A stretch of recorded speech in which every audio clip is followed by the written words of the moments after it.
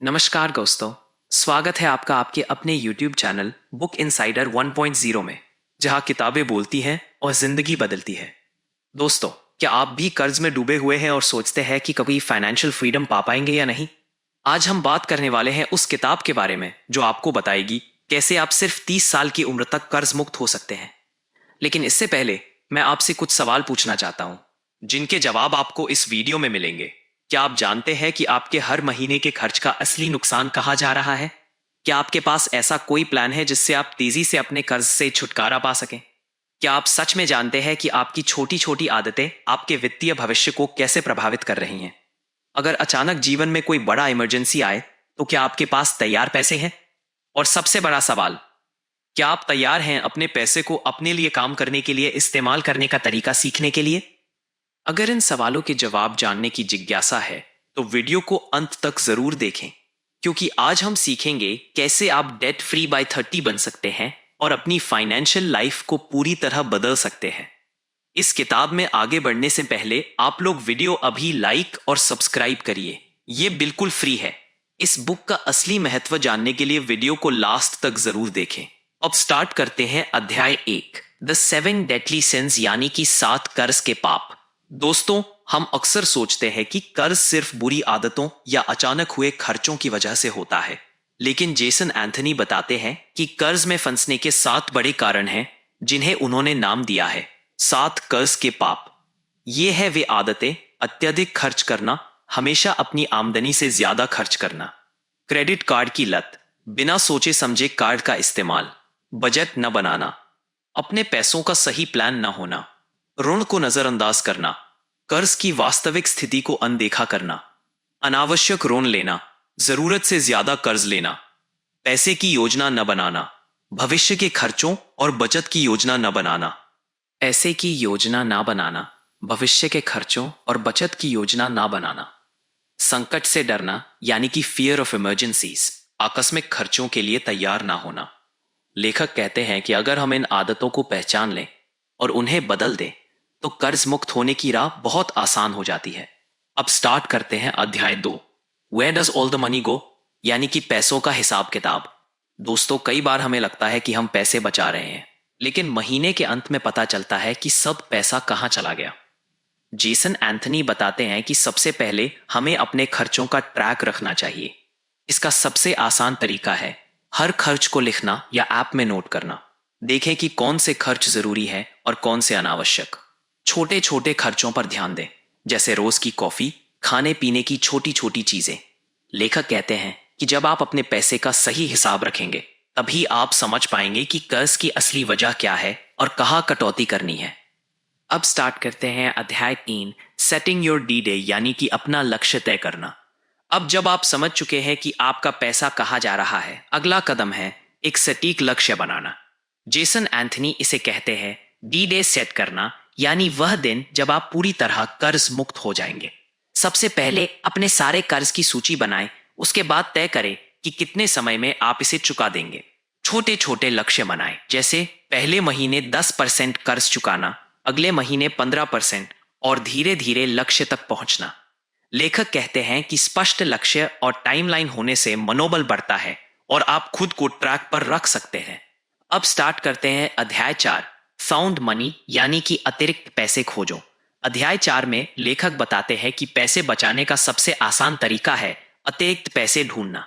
ये अतिरिक्त पैसे कहां से आ सकते हैं? अतिरिक्त आय, साइड इनकम, पार्ट टाइम काम या फ्रीलांसिंग।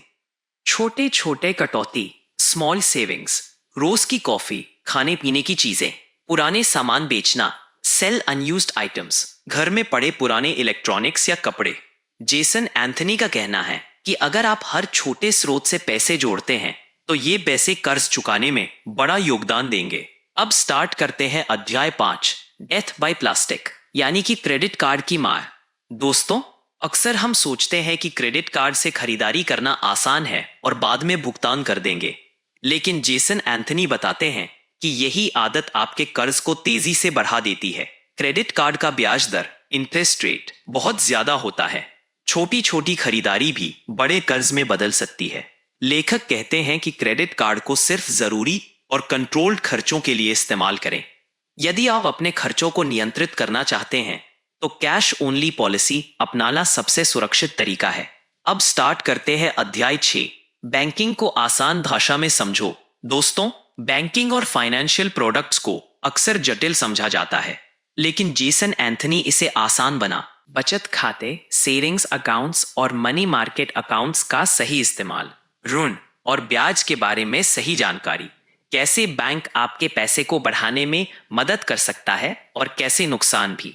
लेखक कहते हैं, आप बैंकिंग के मूल नियम समझ ले तो आप अपने पैसों का सही इस्तेमाल कर पाएंगे और कर्ज जल्दी चुकता कर पाएंगे।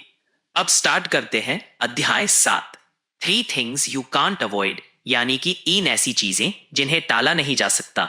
जीवन में 3 चीजें निश्चित हैं, मौत, टैक्स और चर। जेसन एंथनी यहां कह रहे हैं कि वित्तीय योजना में हमें इन 3 चीजों को ध्यान में रखना चाहिए।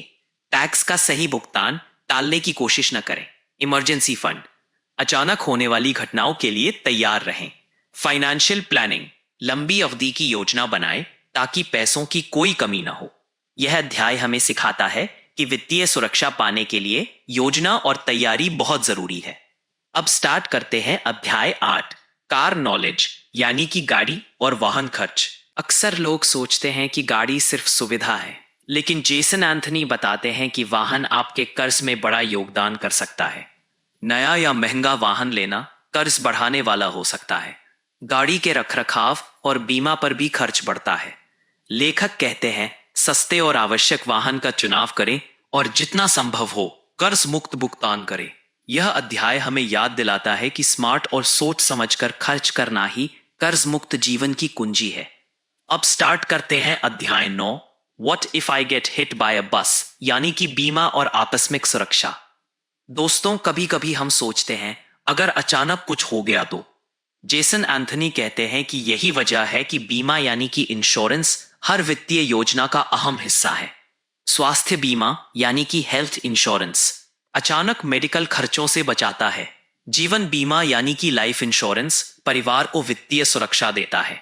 अकस्मात दुर्घटना बीमा यानी कि एक्सीडेंट इंश्योरेंस किसी भी अप्रत्याशित घटना में मदद करता है। लेखक का कहना है कि बिना बीमा के कोई भी कर्ज मुक्त योजना अधूरी है। आकस्मिक खर्च आपके सपनों को आसानी से रोक सकते हैं, इसलिए बीमा को नजरअंदाज मत करें। अब स्टार्ट करते हैं अध्याय 10, नाउ व्हाट, यानी कि अब क्या करें। अब जब आप समझ चुके हैं कि पैसों का सही हिसाब, लक्ष्य, बचत और बीमा कितना जरूरी है, अगला कदम है एक्शन लेना। जेसन एंथनी बताते हैं कि सिर्फ जानकारी होना काफी नहीं है, बल्कि लागू करना सबसे महत्वपूर्ण है। रोजाना अपने खर्चों पर नजर रखें, मासिक बजट बनाएं और उसका पालन करें। अतिरिक्त आय और बचत के विकल्प खोजें। लेखक कहते हैं कि छोटे छोटे कदम ही आपको कर्ज मुक्त जीवन की दिशा में ले जाएंगे। अब स्टार्ट करते हैं अध्याय 11, life after debt, using money to make money, यानी कि कर्ज मुक्त जीवन और पैसे से पैसा बनाना सीखो। दोस्तों, अब जब आप कर्ज से मुक्त हो गए हैं, अगला कदम है पैसे को काम पर लगाना। जेसन एंथनी बताते हैं कि पैसा सिर्फ खर्च करने के लिए नहीं होता, बल्कि इसे निवेश करके बढ़ाया जा सकता है। स्टॉक्स, म्यूचुअल फंड्स या छोटे व्यवसाय में निवेश करें। अपने पैसों को बुद्धिमानी से लगाएं ताकि वो आपके लिए और पैसा कमाए। वित्तीय स्वतंत्रता का असली मजा तब आता है जब आप अपने पैसे को अपने सपनों के लिए काम करते हुए देखें। यह अध्याय हमें यह सिखाता है कि कर्ज मुक्त होना केवल शुरुआत है। असली लक्ष्य है पैसे को नियंत्रित करना और इसे बढ़ाना। लाइफ बदलने वाले आइडियाज पसंद आए तो दिल से लाइक करो और सब्सक्राइब करना मत भूलना।